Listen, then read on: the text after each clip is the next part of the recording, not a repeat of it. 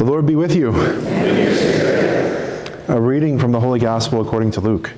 Glory to you, O Lord. There was a scholar of the law who stood up to test Jesus and said, "Teacher, what must I do to inherit eternal life?" Jesus said to him, "What is written in the law? How do you read it?" He said in reply, "You shall love the Lord your God with all your heart, with all your being, with all your strength, and with all your mind, and your neighbor as yourself." He replied to him, "You have answered correctly. Do this, and you will live." But because he wished to justify himself, he said to Jesus, "And who is my neighbor?" Jesus replied, "A man fell victim to robbers as he went down from Jerusalem to Jericho. They stripped him and beat him and went off, leaving him half dead. A priest happened to be going down that road, but when he saw him, he passed by on the opposite side. Likewise, a Levite came to the place, and when he saw him, he passed by on the opposite side. But a Samaritan traveler who came upon him was moved with compassion at the sight. He approached the victim, poured oil and wine over his wounds, and bandaged them. Then he lifted him up on his own animal, took him to an inn, and cared for him. The next day he took out 2 silver coins and gave them to the innkeeper with the instruction, 'Take care of him. If you spend more than what I have given you, I shall repay you on the way back.' Which of these 3, in your opinion, was neighbor to the robber's victim?" He answered, "The one who treated him with mercy." Jesus said to him, "Go and do likewise." The Gospel of the Lord. Praise to you.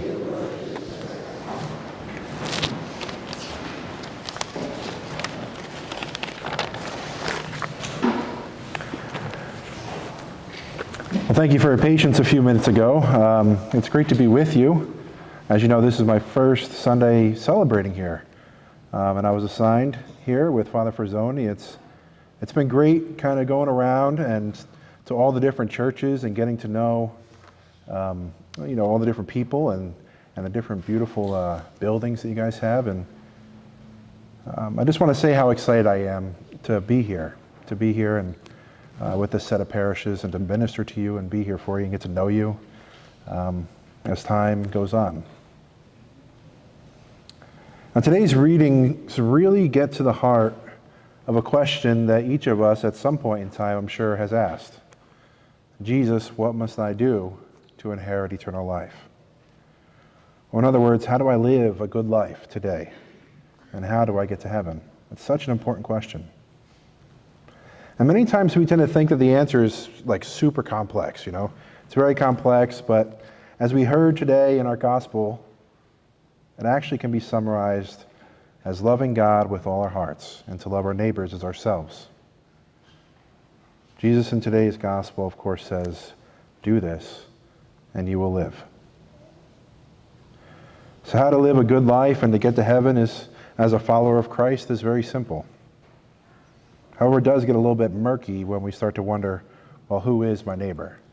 Who is this neighbor that I'm supposed to love as myself? Because it's kind of easy to say, "Oh yeah, I'll love my neighbor." But when that neighbor actually has a face, a name, a need, it tends to be much harder. It's easy to love the idea of loving our neighbor. It's much harder to actually live that out. To love the actual person that lives next door that maybe you're not too fond of how they take care of their backyard, or the person who cuts us off in traffic, or the person who's kind of just sitting there alone in the park. And Jesus knows that it's difficult to kind of figure out, okay, well, who is this neighbor? And that's exactly why he told us that story that we heard today. That story about the man that got beaten on the side of the road. If you recall, it described an Israelite. So what's an Israelite? Well, an Israelite is a Jew that obviously lived in Israel back in the day. And that Israelite was walking, just for context of the story, that Israelite was walking from Jerusalem down to Jericho. And Jerusalem is kind of on this really big flat plateau on the top of a pretty big hill. It's about 2,800 feet above sea level. And Jericho is about 800 feet below sea level. So this trek of this Israelite going all the way down into Jericho for 17 miles, it's quite dangerous. It's very steep, and he was going alone. So a lot of robbers, as you can imagine, want to take advantage of that opportunity. They want to take advantage of someone that's vulnerable, someone that's maybe tired going down the hill or up the hill, even worse. And what happens is this Israelite is going to Jericho, and lo and behold, he gets robbed. But he doesn't just get robbed. He gets robbed so bad that they completely strip him of all his clothes. They take all his belongings, and they beat him almost to the point that he's dead. And they just leave him there on the side of the road. Pretty brutal.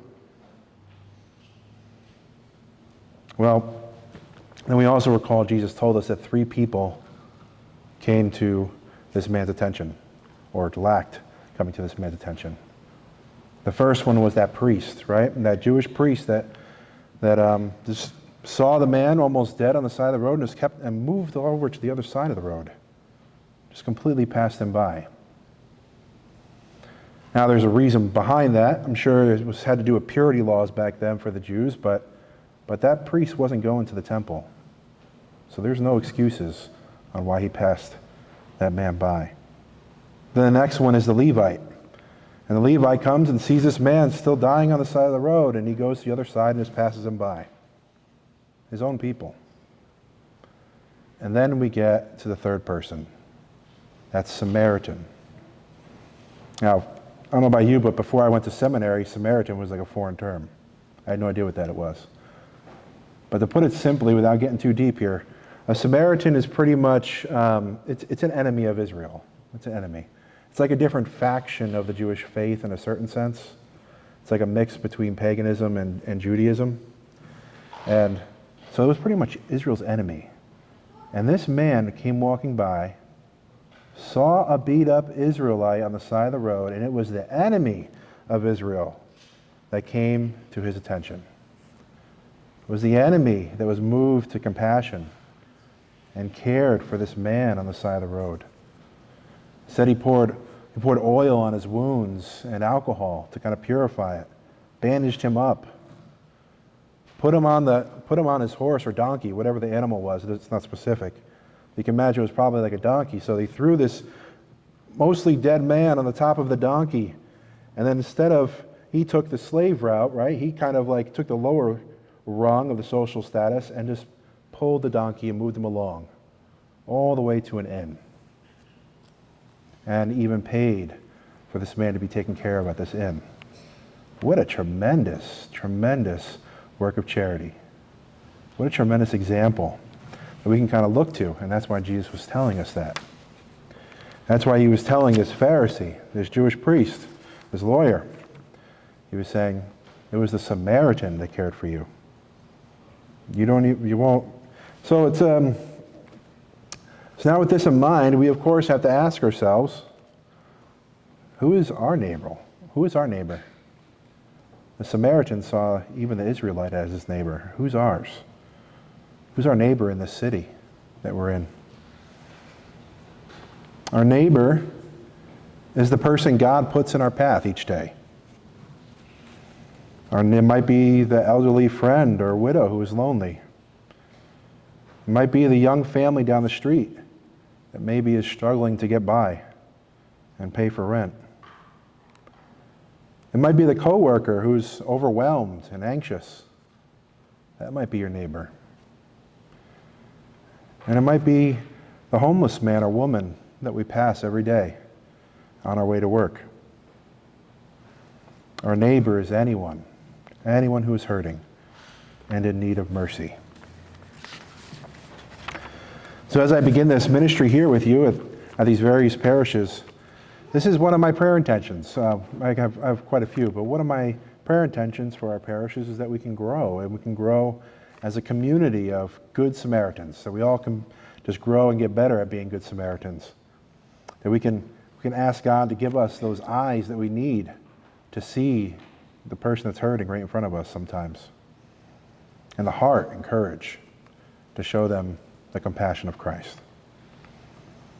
Because the path to life isn't a mystery. It's the path of mercy. God bless you.